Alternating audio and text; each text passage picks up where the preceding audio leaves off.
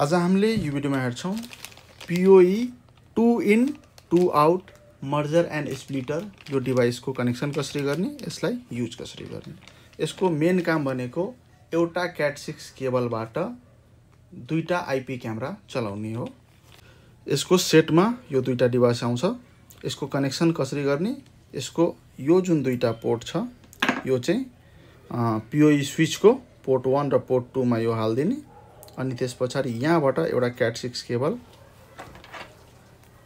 Connection गर्ने जुन single cable छ अनि यो सिंगल केबलको जुन छ कनेक्सन फेरि जुन ठाउँमा दुईटा क्यामेरा जोड्नु पर्ने हो त्यहाँ लगेर यहाँ लेखेको हुन्छ इन।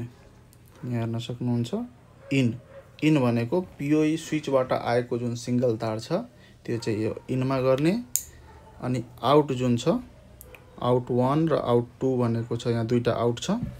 यसको कनेक्सन हामीले क्यामेरामा गर्छौं।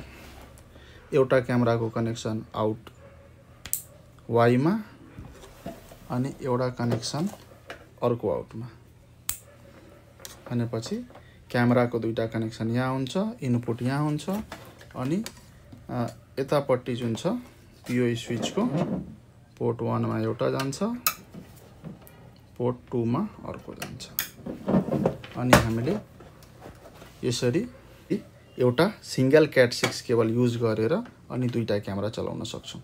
यहाँ हेर्न सक्नुहुन्छ दुईटै क्यामेरामा कनेक्सन आइसकेको छ। यसरी नै हो सिन्टेक 2 in 2 out merger and splitter लाई युज गर्ने तरिका। यो भिडियो हेर्नको लागि धन्यवाद। Dance with me. Back and forth.